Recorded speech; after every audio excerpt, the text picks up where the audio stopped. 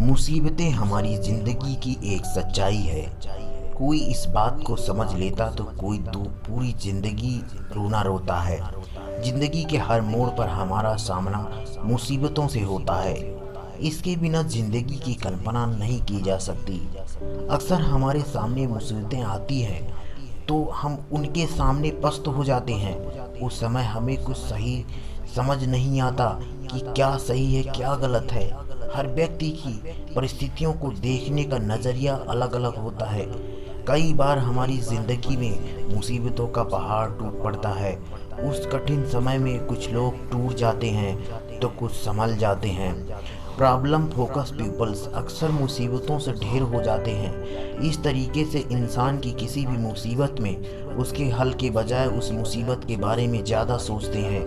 वही दूसरी ओर solution focus peoples मुसीबतों में उसके हल के बारे में ज़्यादा सोचते हैं। इस तरह के इंसान मुसीबतों के डट के सामना करते हैं।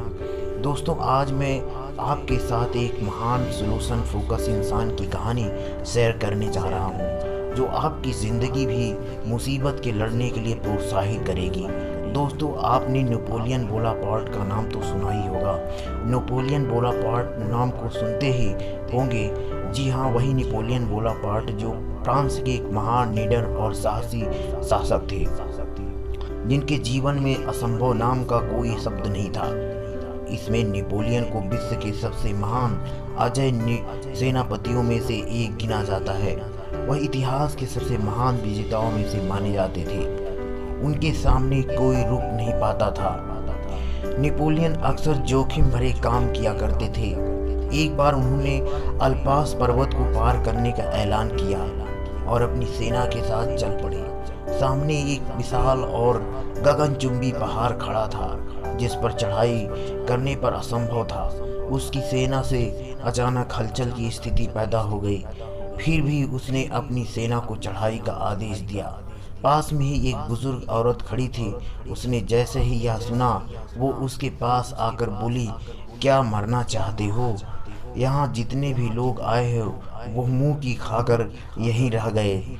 आकर अपनी ज़िंदगी से प्यार है तो वापस चले जाओ।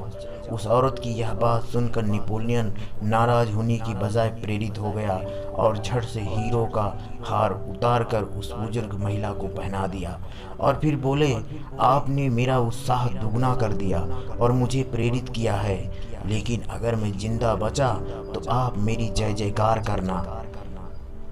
उस औरत ने नेपोलियन की बात सुनकर कहा, तुम पहले इंसान हो जो मेरी बात सुनकर हताश और निराश नहीं हुए, जो करने या मरने और मुसीबतों का सामना करने का इरादा रखते हैं। वह लोग कभी नहीं हारते।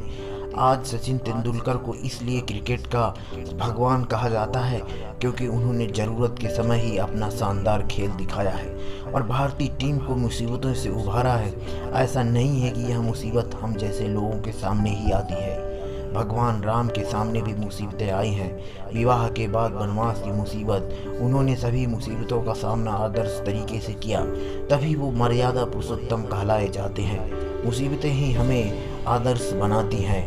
अंत में मैं बात हमेशा याद रखिए, ज़िंदगी में मुसीबतें चाय के कप से जमी मलाई की तरह है और कामयाब वो लोग हैं जिन्हें फूंक मार कर मलाई को साइड कर चाय पी जाते हैं। दोस्तों, अगर आपको यह आर्टिकल यह वीडियो आपको पसंद आया है तो हमारे इस चैनल को सब्सक्राइब कर लीजिए और वीडियो को लाइक ज़रूर करें। यही हमारी मेहनत का फल होता है।